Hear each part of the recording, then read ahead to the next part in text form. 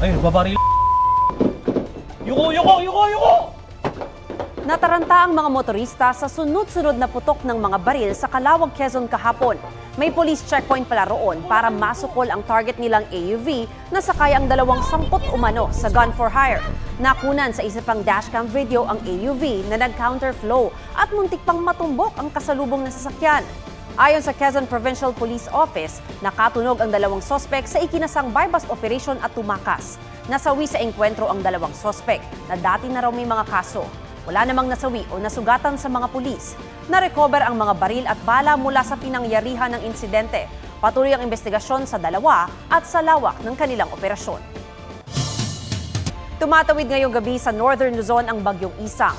Nagpapaulan yan pati ang hanging habagat sa iba't ibang lugar sa bansa. Binahana naman ang ilang bahagi ng Metro Manila, pati Manila City Hall at tapat ng Senado. May report si Darlene Kai.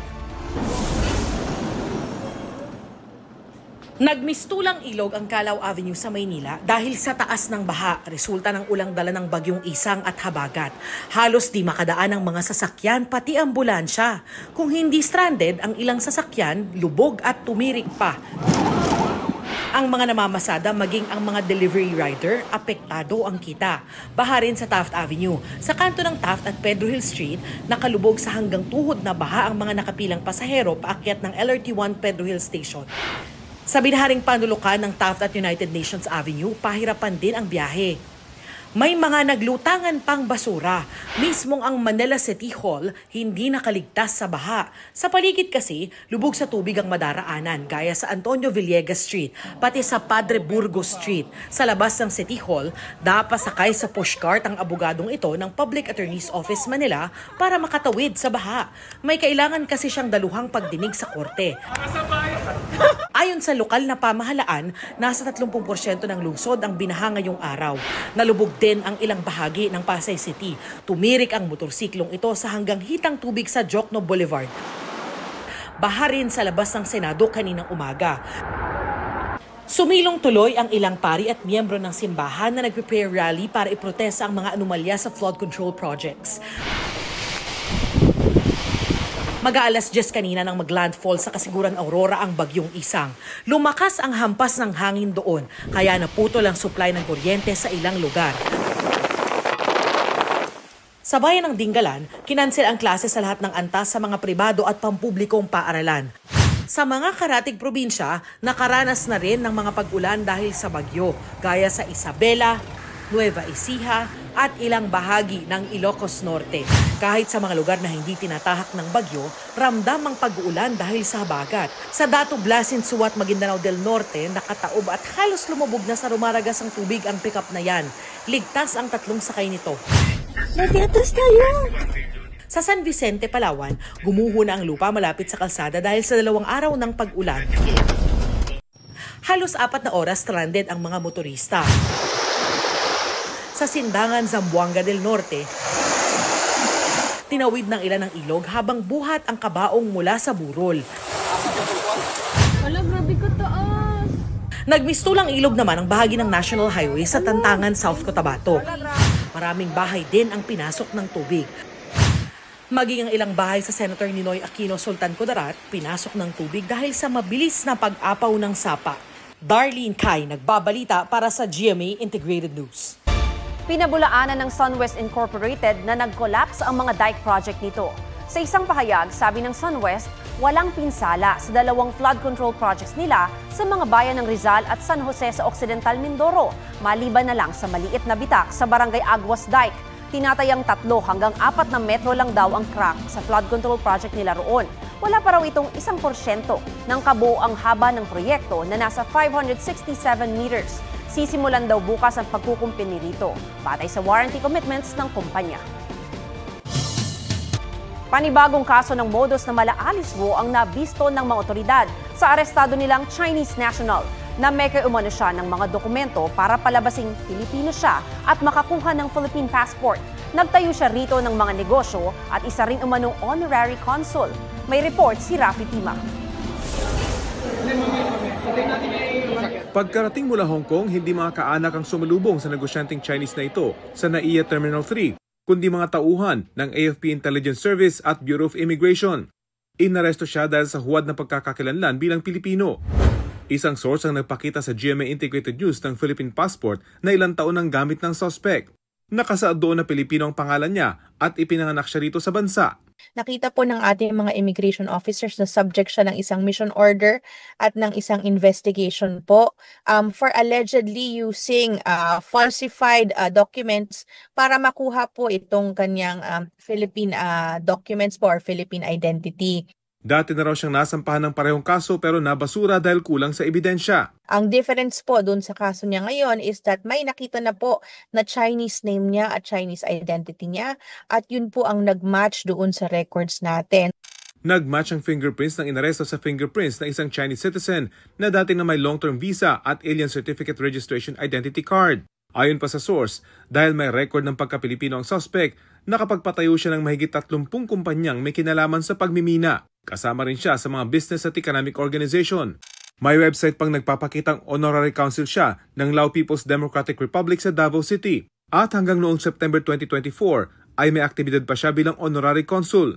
Tinawagan namin ang numero ng Lao Embassy sa Pilipinas at ang honorary consulate ng Lao pero walang sumasagot sa aming tawag. Very similar doon sa case ni former Bamban Mayor Alice Guo. Ito ay nakikita namin as a major national security issue kasi nagagamit po yung mga Philippine documents and Philippine identities. Hindi prinisinta sa media ang Chinese national pero ayon sa immigration nakakulong na siya sa BI detention facility at na-inquest na sa reklamong paglabag sa Philippine immigration laws. Ina-expect po natin na may mga kakaharapin pa siyang local cases here in the Philippines. Sa amin po umaandar ang kanyang deportation case. Ngunit hindi po natin mai-implement yan hanggat hindi pa po natatapos ang mga local cases niya po dito sa Pilipinas. Rafi Tima nagbabalita para sa GMA Integrated News.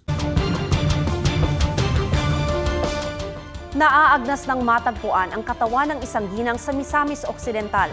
Ang pumaslang umano, sarili niyang anak.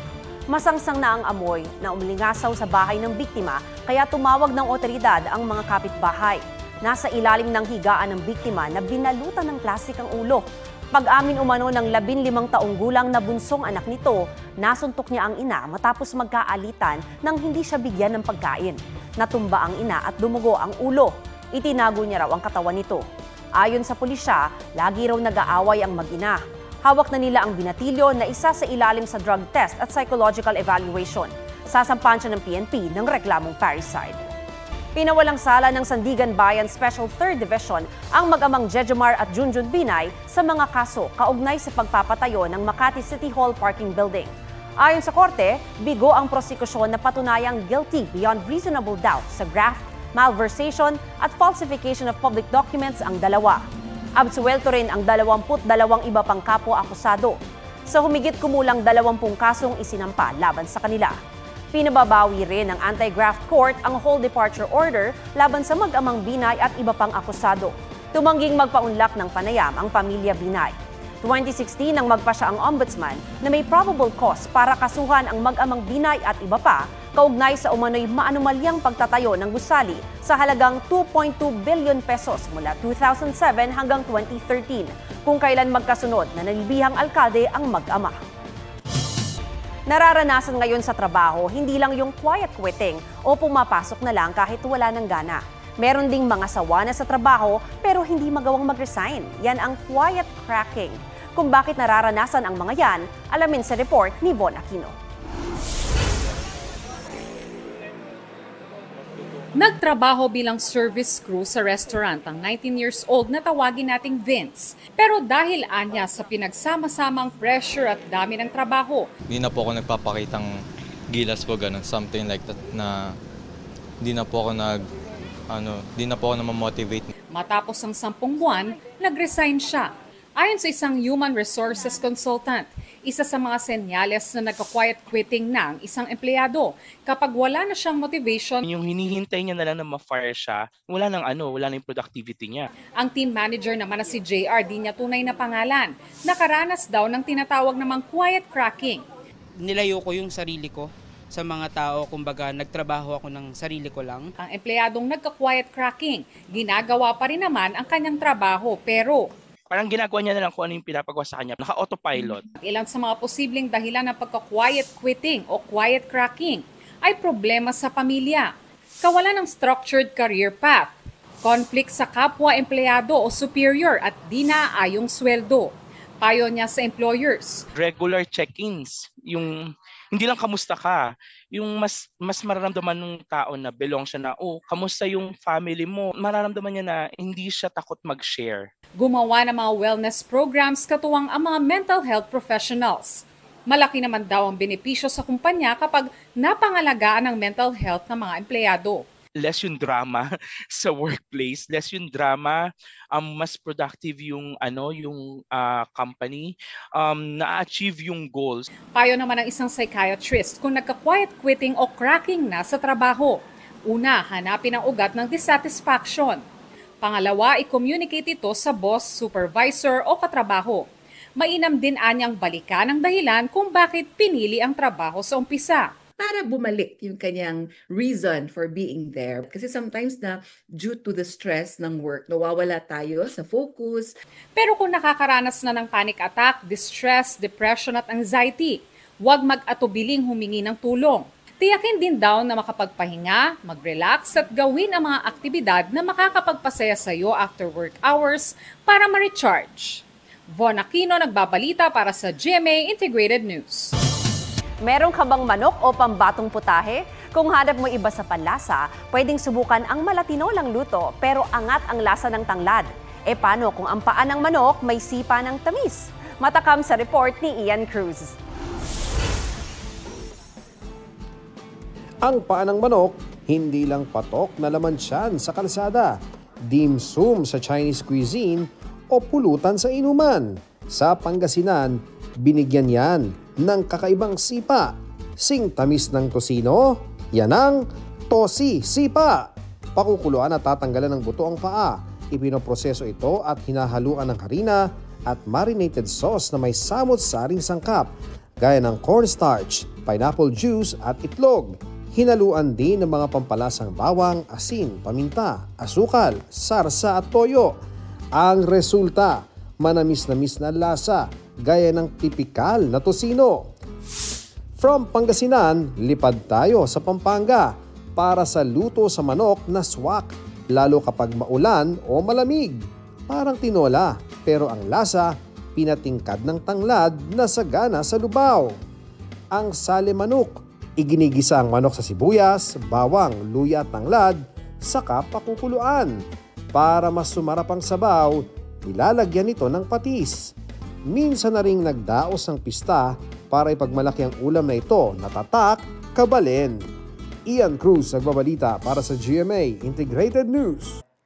Huwag magpahuli sa mga balitang dapat niyong malaman. Mag-subscribe na sa GMA Integrated News sa YouTube.